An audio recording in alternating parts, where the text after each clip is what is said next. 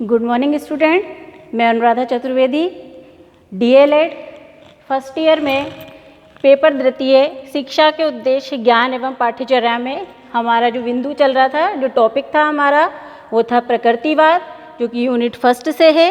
इसमें हमने अभी पिछले वीडियो में अर्थ, परिभाषा, सिद्धांत और विशेषताएं पढ़ी थी। आज हम इसी क्रम में आगे बढ़ते हैं और प्रकृतिवाद एवं शिक्षा के उद्देश्यों के बारे में चर्चा करते हैं। तो जैसा हमने पूर्व में बताया था कि प्रकृतिवाद के जो समर्थक हैं, प्रबल समर्थक रूसो हैं। रूसो ने प्रकृतिवाद की विचारधारा को दिया है। इसी प्रकार से उन्होंने और उनके सहयोगियों ने शिक्षा के क्या उद्देश्य होने चाहिए प्रकृतिवादियों के अनुसार, या प्रकृति में शिक्षा किस प्रकार से होनी चाहिए, इसके बारे में कुछ बिंदुओं को दिया है। इनको हम एक एक करके अध्ययन करते हैं। सबसे पहला जो उद्देश्य है वो है आत्म संरक्षण का उद्देश्य। प्रकृतिवादियों ने बताया कि शिक्षा का पहला उद्देश्य आत्म संरक्षण का होना चाहिए। बालक को प्रकृति के अनुसार शिक्षा के माध्यम से आत्म संरक्षण की शिक्षा प्राप्त होनी चाहिए, क्योंकि वे जीवन में संघर्ष करता रहता है। इस संघर्ष से बचने के लिए उसे स्वयं में संरक्षण की आवश्यकता होती है। उसे दूसरों के ऊपर निर्भर ना रहना पड़े और वो खुद स्वयं संरक्षण प्राप्त करे। तो उन्होंने पहला जो इसका उद्देश्य दिया वो आत्म संरक्षण का दिया, अर्थात बालक अपने आप स्वयं अपने कर्तव्यों के द्वारा इस प्रकृति में रहते हुए इस प्रकार की शिक्षा प्राप्त करे जिससे कि उसके आत्म संरक्षण प्राप्त हो। इसी क्रम में दूसरा उद्देश्य है आत्म अभिव्यक्ति का। अभिव्यक्ति अर्थात अपने विचारों को व्यक्त करना। तो ये प्रकृतिवादी है। प्रकृतिवादियों का ये मानना है कि बालक जो भी कुछ करेगा इस प्रकृति से ही सीखेगा और इस प्रकृति में ही करेगा। तो उसके विचारों पर, उसकी बातों पर किसी प्रकार का दबाव नहीं होना चाहिए। उसके सीखने पर, उसकी क्रियाओं पर, उसकी प्रतिक्रियाओं पर किसी प्रकार का दबाव नहीं होना चाहिए। उसे अपने विचारों को व्यक्त करने की पूर्ण स्वतंत्रता होनी चाहिए। उसके अलावा बालक को खुद को भी ये प्रकृति से आना चाहिए। उसको शिक्षा के अंतर्गत ये सीखना चाहिए कि वे आत्म अभिव्यक्ति किस प्रकार करे, अपने भावों को, अपनी बातों को, अपने विचारों को किस प्रकार अभिव्यक्त करे। इसी तरीके से हम बात करते हैं शिक्षा के तीसरे उद्देश्य की, और शिक्षा का तीसरा उद्देश्य जो है वो है प्रवृत्तियों का शुद्धिकरण। प्रवृत्तियों का शुद्धिकरण, यहाँ पे प्रवृत्तियों से बात मूल प्रवृत्तियों की गई है।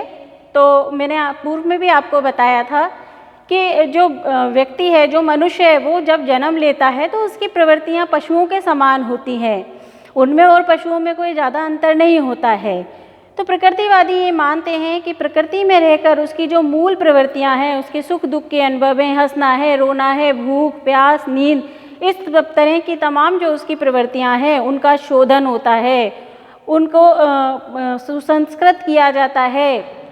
उन प्रवृत्तियों को इस प्रकार से शोधित किया जाता है, इस प्रकार से उनका शुद्धिकरण किया जाता है कि वो बालक के सुख दुख में, असफलता सफलता में अंतर करना बताए।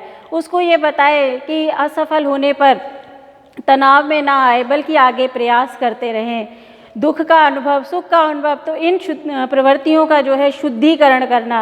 और ये बालक प्रकृति में रह के ही सीखता है, क्योंकि इसमें बालक को प्रथम स्थान पर रखा गया और शिक्षक को गौण स्थान पर रखा गया है। तो शिक्षक केवल उसका सहयोग करेगा, जबकि केंद्र में बालक ही रहेगा। तो बालक की जो मूल प्रवृत्तियां हैं उनका शुद्धिकरण करना, उनका शोधन करना, ये प्रकृतिवादी शिक्षा का प्रमुख उद्देश्य बताया गया है।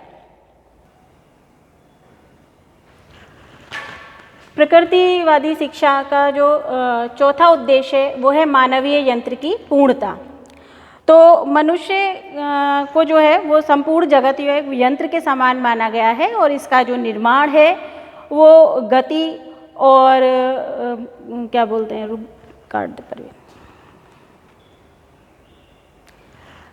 मनुष्य को जो है एक यंत्र के समान माना गया। ये प्रकृति एक यंत्र के समान है। इसका जो निर्माण है वो जड़ता और गति के द्वारा हुआ है। तो मनुष्य को जो है वो मानवीय यंत्र की पूर्णता पे माना, मतलब ऐसा यंत्र जो कि बिना किसी डीजल के, बिना किसी मशीनरी के काम कर रहा है। तो इस मानव रूपी यंत्र को, है ना, व्यवहार में लाना, उसके कार्य करवाना, उसकी क्रियाओं को परिष्कृत करना, ये प्रकृतिवादी शिक्षा का एक और महत्वपूर्ण उद्देश्य है कि जो मानवीय यंत्र है उसको पूर्णता पर लाना, उसका पूर्ण विकास करना। अब आगे चलते हैं 5वें बिंदु पर, सफलतापूर्वक संघर्ष। तो जीवन को संघर्ष के योग्य बनाना, ये जीवन है।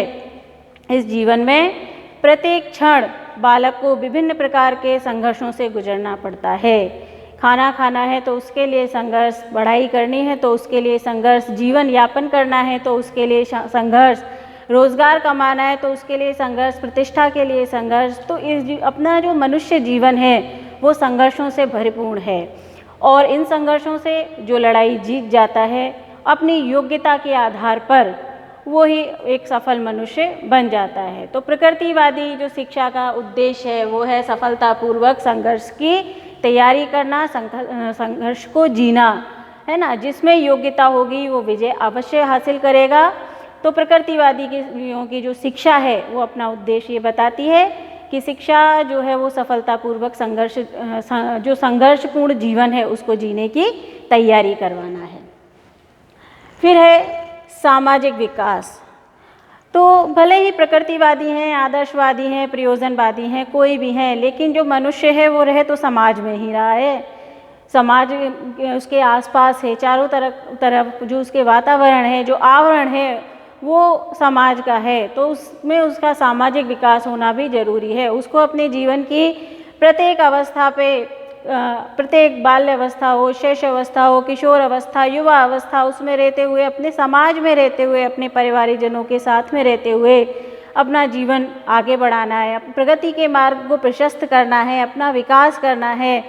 तो प्रकृतिवादी जो शिक्षा है उसका एक उद्देश्य है कि प्रकृति में रह करके ही स्वतंत्रता के साथ में सामाजिक विकास करना। उसी के पश्चात हम आगे की तरफ चलते हैं और हम बात करते हैं 7वें बिंदु की,